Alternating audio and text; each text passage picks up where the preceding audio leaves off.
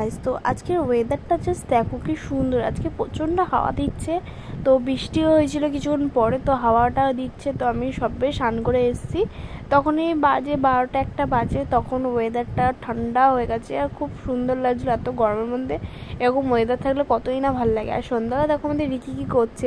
তো রিকি প্রচণ্ড দাঁত শিরশির করে, যার জন্য আমরা ওকে নিম কাঠি দিয়েছি।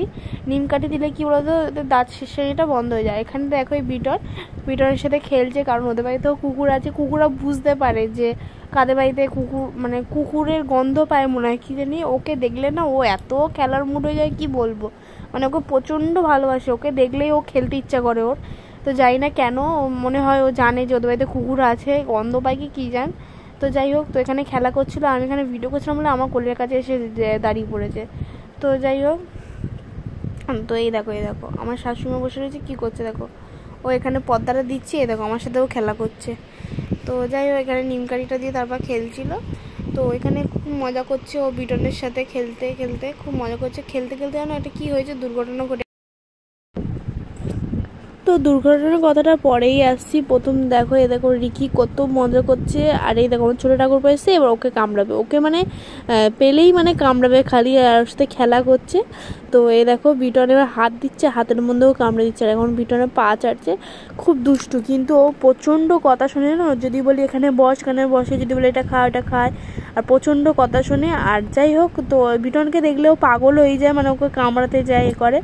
আর ও কিন্তু প্রচণ্ড ভালো, জানো, কার শরীর খারাপ হলে, যেরকম আমার কদিন আগে আমার জায়ের শরীর খারাপ ছিল, ও শরীর খারাপ বলে ও ঘেউ ঘেউ করছে, খাটে উঠবে, ওর পাশে গিয়ে শোবে, ওর শরীর খারাপ, প্রচণ্ড বোঝে, এত ভালো ছেলে ও, কি বলবো।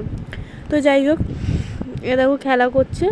আর রিকির সাথে কী দুর্ঘটনা ঘটেছে সেটা সবার লাস্টে বলবো। এই দেখো রিকির দাঁতটা ভেঙে গেছে, যে নিচে যে দাঁতটা হয় বাঁদিকে দাঁতটা ভেঙে গেছে। খেলতে খেলতে নিমকাঠিটা কিছুটা লেগেছে মনে হয়, নিমকাঠিটা মোটা, তো এবার খেলতে গিয়ে লেগে গেছে, আর রক্ত বেরিয়ে গেছে। যার জন্য আমরা একটু চিনি দিচ্ছি, কারণ এখন ওষুধ নেই সামনে, যার জন্যে এই চিনিটা দিচ্ছি, এতে রক্তটা প্রচণ্ড রক্ত বেরোচ্ছিলো ওর খেলতে খেলতে। তাও দুষ্টুমি শেষ হয় না, এত ছটপটে, কি বলবো।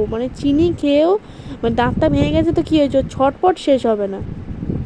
কিন্তু যেদিনকার ভেঙেছে সেদিনকার ব্যথা হয়নি, পরের দিনকে খুব ব্যথা করছিলো, যার জন্য ওর মাড়ি গালটা ফুলে গেছিলো, খাচ্ছিল না, দাচ্ছিল না। কিন্তু দেখো দুষ্টুমি শেষ হয়েছে, দাঁতটা ভেঙেছে সবে কাঁচা, তাও ও খেলবে। আর ও খুব ওর সাথে খেললে তো ও খালি হাত বাড়াবে, হ্যান্ডশেক করতে পারে। ওকে হ্যান্ডশেক বলে না, হ্যান্ডশেকও করে।